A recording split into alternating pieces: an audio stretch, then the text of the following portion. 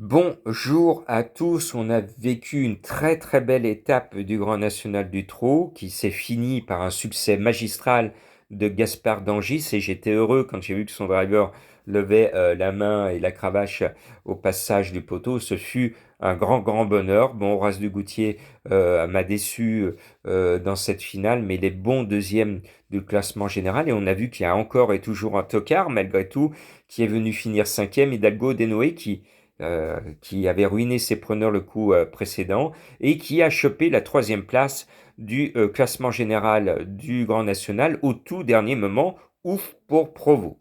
Ce lundi, quintet très difficile, 1 sur 5. Ils ont pratiquement tous une chance de figurer à l'arrivée. Je vous ai donné mes favoris, j'ai enlevé d'autres favoris pour vous faire rentrer un tocard qui est annoncé à grosse cote. Mais du tocard, il va y en avoir, ne vous plaignez pas, il y aura du tocard ce lundi, c'est obligatoire, il y aura de la cote.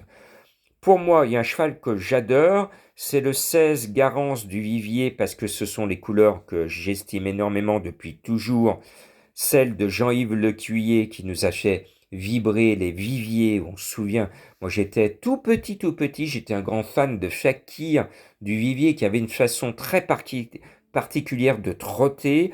Il y avait ensuite Adol du Vivier, donc c'était la grande grande époque de tous ces chevaux-là.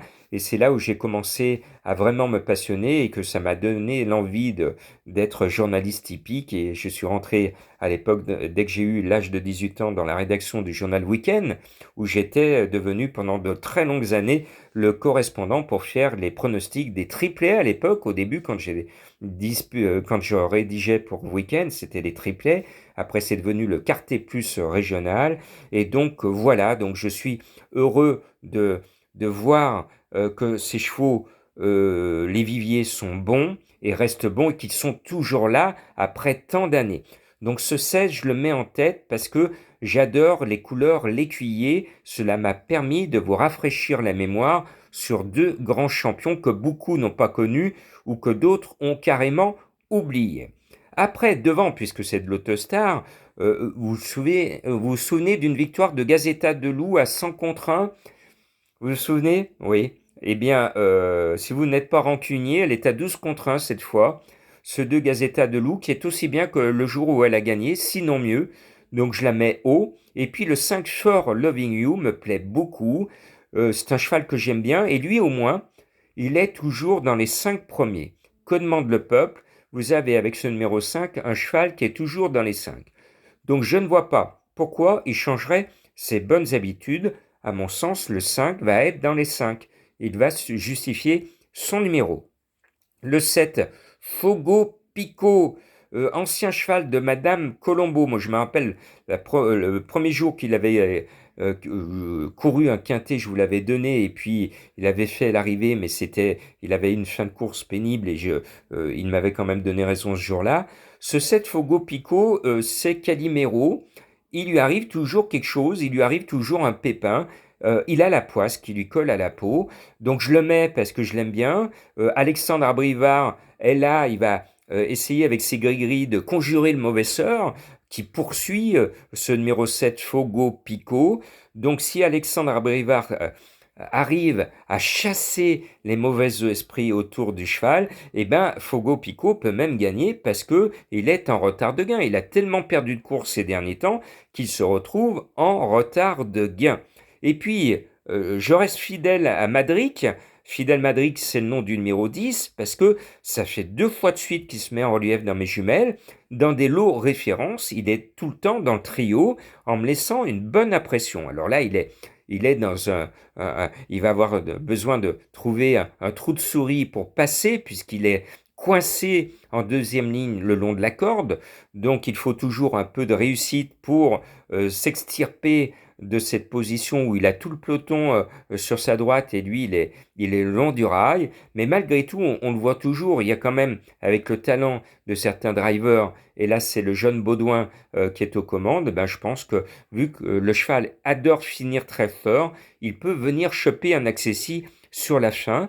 Puis Madame Colombo elle est en super forme, Vous avez vu vendredi soir, elle vous sort un cheval à 33 contre 1, et puis surtout, samedi, son Frischti, elle m'avait dit, tiens, je te mets Frischti, elle m'avait dit, tiens, ça m'inspire Frischti Frischta, je sais pas pourquoi, mais j'ai envie de dire Frischti Frischta, et son Frischti Frischta a fini dans le quintet à 113 contre 1. Donc je sais que vous êtes fan de Madame Colombo. Pour ceux qui découvrent, ma méthode de Madame Colombo, c'est de tendre votre journal à quelqu'un qui ne connaît rien du tout, qui ne suit pas les courses et qui va vous donner un cheval au hasard.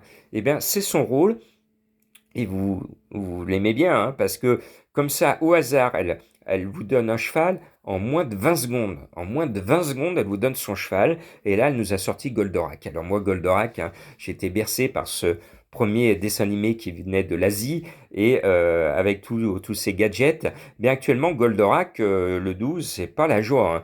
Disqualifié, disqualifié, disqualifié. Bon, Benjamin Rochard va mouiller la casaque, il va falloir qu'il pianote. Si Goldorak veut bien être l'égal du super-héros de dessin animé, eh bien, il va battre tout le monde comme dans le dessin animé. Maintenant, s'il continue à être capricieux, il va ruiner tous ceux qui ont aimé comme moi ce dessin animé asiatique. Donc ce 12, c'est un coup de poker et c'est le cheval de Madame Colombo. Et puis, il est annoncé à 43 contre 1, mais il part devant. J'ai un petit faible pour le 8, Finger des Birds. Eh bien, ce finger, on peut le croquer, il peut venir à une cote croustillante, corser les rappeurs. C'est ma première trouvaille à 43 contre 1, mais j'ai mieux. Pour corser les rappeurs, j'ai du 60 contre 1 annoncé par mes confrères. Et vous l'avez peut-être deviné, oui, Jean-Marc, il est resté abonné à Franck Nivard parce qu'il nous a promis le jour où il l'avait oublié avec Émeraude de Baie dans l'avant-dernière étape du Grand National du Trot de ne plus oublier Franck Nivard dans son abonnement. Donc pas de bol, cette fois je m'oblige à le mettre, hein, parce que je me suis promis de le mettre, mais Franck Nivard tient des propos qui me font froid dans le dos. Maintenant, son cheval est bien engagé, il n'a pas gagné d'avoine depuis des mois et des mois et des mois, et son pauvre propriétaire va être de plus en plus pauvre si son cheval ne met pas un peu de blé dans la tirelire. Donc pourquoi pas, non pas sur la forme du cheval, parce que Franck Nivard a de gros doutes, mais sur l'immense talent de Franck Nivard. On tente, mais je vous aurais prévenu, ne criez pas au scandale après l'arrivée. Oui, c'est pas normal, il y a lui, il sort de nulle part. Non, ils ont tous une chance. D'ailleurs, il n'y a pas d'émoji rouge dans la course. Donc ça veut dire qu'ils sont tous en mode compétition, qu'ils sont tous très motivés, que le meilleur gagne. Et ce sera peut-être Gamin Normand, mais le meilleur, ce sera Franck Nivard, ce sera pas le cheval. Bonne chance à tous.